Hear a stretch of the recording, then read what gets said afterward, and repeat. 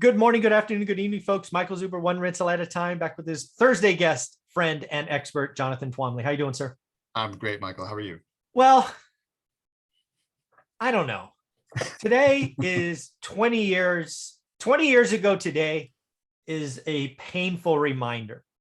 20 years ago today, a company called Enron went bankrupt. This is particularly damaging to me because it was the first of two corporate frauds that burned me and helped me lose 80% of my portfolio in a very short time. So I don't remember that fondly, but I do remember being an idiot. What I remember about Enron was they were the smartest people in the room. They couldn't do any wrong. We had rolling blackouts in California. They were trading energy and doing all these things, and they were the can't lose company. This is why I have a really nasty aversion to companies that come out cocky, like they are the best. We got the most PhDs or the most rocket scientists or this, that, or the other thing. The people that put out that aura, I run from because of this. So I don't think you were an Enron investor. At least I hope you weren't, because it was painful. But I know you know that time 20 years ago today, Enron showed that, yeah, you know what? You can have fraud in a company that was audited by Arthur Andersen, I think. One of the big five, which is now the big three, because bad things happen. It took Arthur Andersen down. Yeah, single-handedly.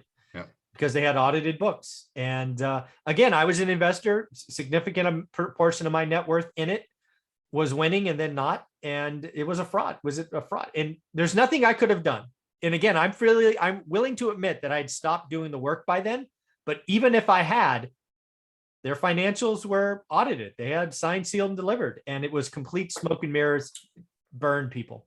Yeah. I mean, I'm sure that I was exposed to Enron through mutual funds and stuff that I owned, because they were, everybody was investing in Enron stock. You had to have a piece. Yeah. They were doing so well. And, when the whole thing blew up, it turned out that, they were making themselves look good by parking all their losses in shell companies that were off the books. Off the books, yes. Which never, I have never actually understood how you can have anything off the books, right? And have it certified. I mean, I get it.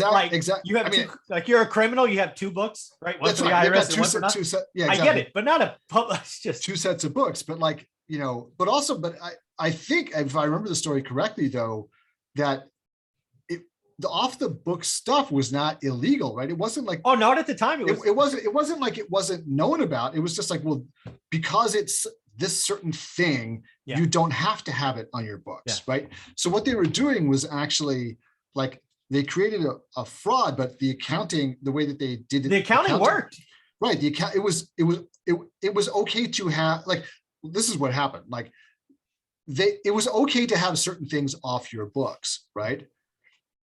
But the stuff that they put off the books was stuff that they weren't allowed to put off the books, right? So they hid it in these otherwise legitimate vehicles, right? So that, but the existence of the vehicles themselves was legal, right? Which is what I don't understand, like how that could be, like it should all, like, well, clearly it wasn't, because people got convicted. Arthur Andersen went bye-bye. Yeah, it was bad. But again, the other thing I remember as this uncovered is it was rotten from top to bottom, right? There were traders. Yeah, you got audio reports or emails or whatever it was talking about, hey, we're going to cause a blackout in California. Watch this. They push a button. Rotten. Yeah, I mean, so I want to relate this to our previous conversation, because the reason that they got away with it as long as they did was because the stock market was cranking, right? And nobody looks under the hood when things are going well, right? But when things go badly, like nobody looked under the hood of what Bernie Madoff was doing. Oh, exactly. Things went badly, right? Yeah. And tide goes out. Oh, look at that. And it gets really easy to commit fraud when in an environment where everyone's making money and nobody has an incentive to upset the apple cart because it's all good. Yeah. Right. And the people who get in and get out are fine. Like there were a lot of people that made a lot of money with Bernie Madoff. Oh, yeah. It was the people who came in late or reinvested their profits with him that lost. But the people who got in early on the pyramid scheme, right, they did really well. Yeah. Right. So, and the thing is, like, when you talk about arrogance too, the arrogance of Enron, the smartest guys in the room. I mean, there was another, going back a little bit earlier, back into the late 90s, you had long-term capital management, right? And it Same was, icky feeling. Yes. and it was the same thing. It was we can't lose because we have perfectly hedged everything. We have algorithms Yeah. that We are smarter than everyone. we're smarter than the market. We have algorithms that are gonna, no matter what happens, we're covered, and all we can do is make money, and we're like super smart MIT quant guys, and trust us, right? And no one has ever done this before. Yeah, I remember. Until the market found the weak, like, not that someone was looking for the market, but the right combination of things happened where everything that was supposed to be perfectly hedged all went in the same direction, and that direction was bad. Yeah. And they nearly tanked the entire financial system. Yeah, they did. Right? They had to be bailed out. So that arrogance is always something to watch out for when you're investing, whether it's, and you're not going to know where it is. I can't guarantee anything, but we are in that kind of market today where it wouldn't shock me in the next recession, or as Warren Buffett says, tide going out, that there is another one or two complete frauds buried in this soup somewhere. Oh, I'm certain of it. I mean,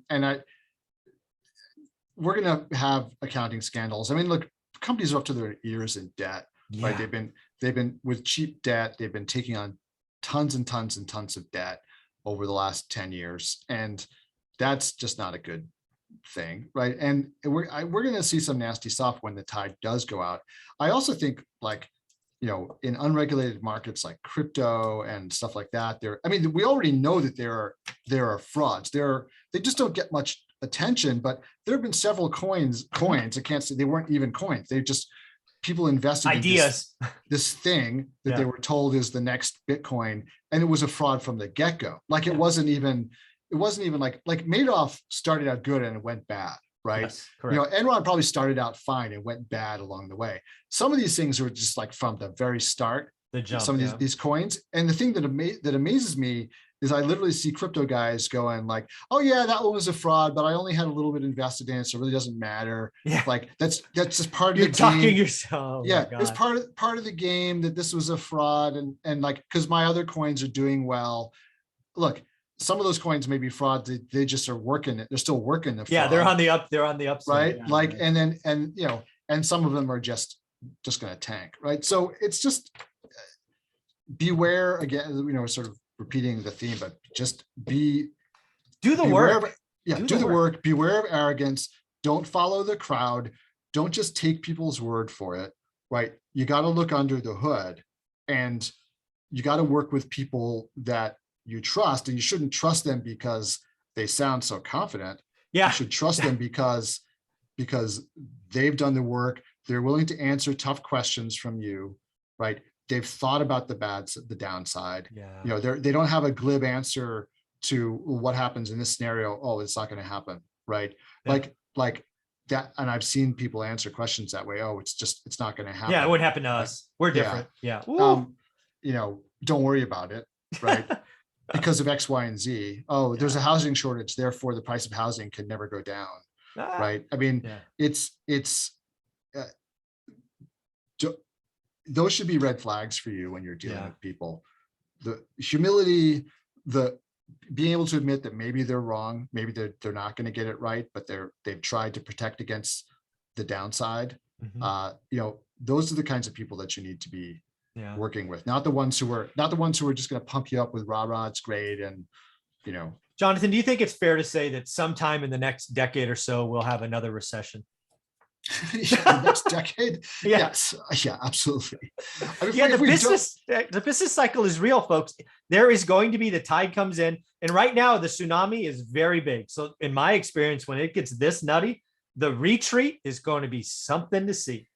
I mean, I do think that we lived through this very interesting time over the last couple of years where there's some evidence that a recession was starting in 19, just before COVID hit, right? I agree. And like early January 2020, right? And then COVID just sort of overwhelmed the whole thing. Of course, we had the massive COVID recession, but like it was a recession, but didn't feel like a recession because it was just the government shutting everything down. And like, what does that mean? We haven't dealt with this before. And then all the money flooded into the system, and then the markets went wild again.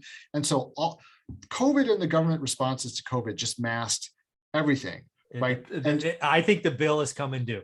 Yeah, I do too. And it's, we never got to have like the air let out of the balloon a little bit so that it doesn't pop. We just blew up the balloon even more. And you could even say, going back to the Great Recession too, we kind of did the same thing. Like the Great Recession was supposed to like fix all the problems in the system, right?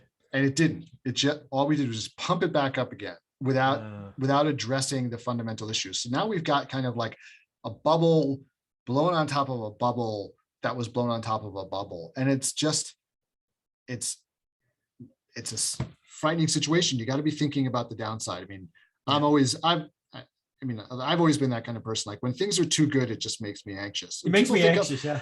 People think I'm an idiot. They're like, you're missing out on opportunity. And like, that's fine. I sleep at night. I was going to say, yeah, there's a lot of people today, especially the last week, where their investments are suddenly keeping them awake.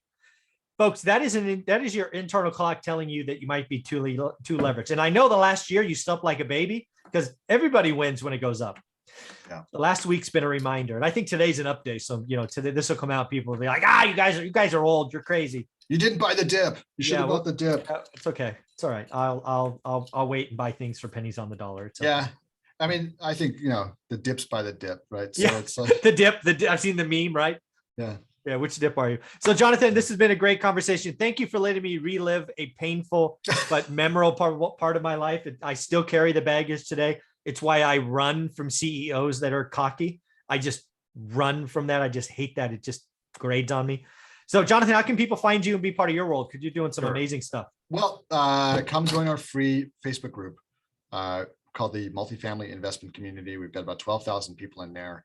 And just answering questions, just helping folks out, helping each other out. That, just like I said, search for it on Facebook, Multifamily Investment Community.